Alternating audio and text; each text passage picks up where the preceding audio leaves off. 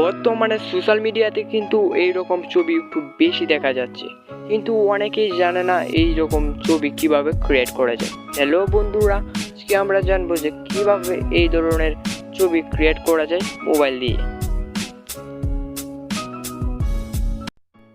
আপনাদের সর্বপ্রথমে Google play স্টোরে সার্চ করতে হবে ফটোল্যাব লিখে। তারপর আপনাদের সামনে একটি অ্যাপ চলে আসবে, আপনারা সেটি ডাউনলোড করে নেবেন। ভিডিওটি লং হবে দেখে আমি আগে থেকে ডাউনলোড করে রেখেছি। আমি অ্যাপটি জাস্ট ওপেন করব।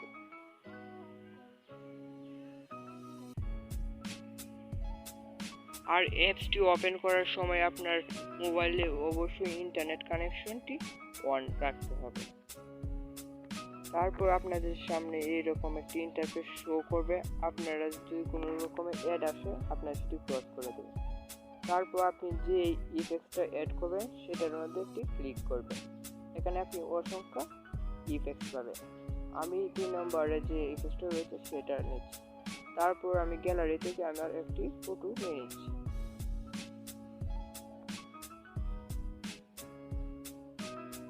তারপর গো অপশনে ক্লিক করে দিবেন। তারপর কোনো রকম যদি অ্যাড আসে তাহলে আপনারা সেটা ক্রস করে দিবেন। তারপর এটা প্রসেসিং হবে। প্রসেসিং হতে 20 থেকে 30 সেকেন্ড লাগবে।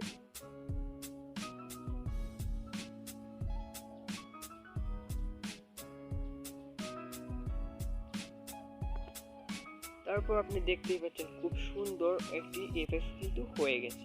আপনারা এখানে প্লাস আইকনে ক্লিক করে কিন্তু এখানে অনেক ধরনের ইফেক্টস পাবেন, সেটিও অ্যাপ্লাই করতে পারেন। আর আপনি মেন আইকনে ক্লিক করে আপনার যদি কোথাও রিমুভ হয়ে থাকে সেটা আপনারা অ্যাড করতে পারেন। আমার এখানে যেহেতু রিমুভ হয়নি আমি অ্যাড করব। তারপরে শেয়ার অপশনে ক্লিক করে দিলাম। তারপর আপনি নিচে দেখতে পাবেন ডাউনলোড অপশন, সেটাতে ক্লিক করে এটি আপনার গ্যালারিতে সেভ করে নেবেন। তারপরে ব্যাকে চলে আসবেন। ব্যাকে চলে আসার পর আপনারা নিচে স্ক্রল করে দেখতে পারবেন এখানে অনেক ধরনের ইফেক্টস রয়েছে। আপনি আপনার পছন্দ মতো করে এটা অ্যাপ্লাই করে নিতে পারবেন। আমি এক্সাম্পল হিসেবে আমি আরেকটা ফটো নিয়ে নিচ্ছি।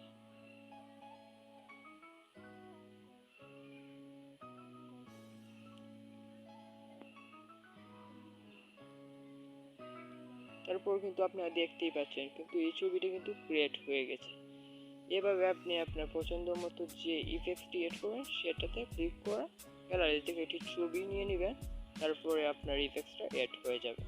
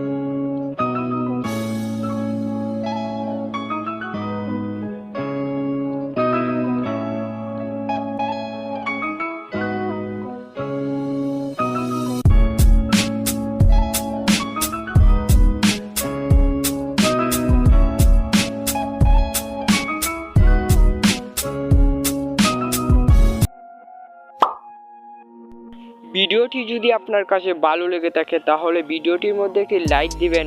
আর আপনি যদি আমার চ্যানেলের নতুন দর্শক হয়ে থাকেন তাহলে আমাদের চ্যানেলটি সাবস্ক্রাইব করে নেবেন। দেখা হবে পরবর্তী ভিডিওতে। সেই পর্যন্ত ভালো থাকুন, সুস্থ থাকুন।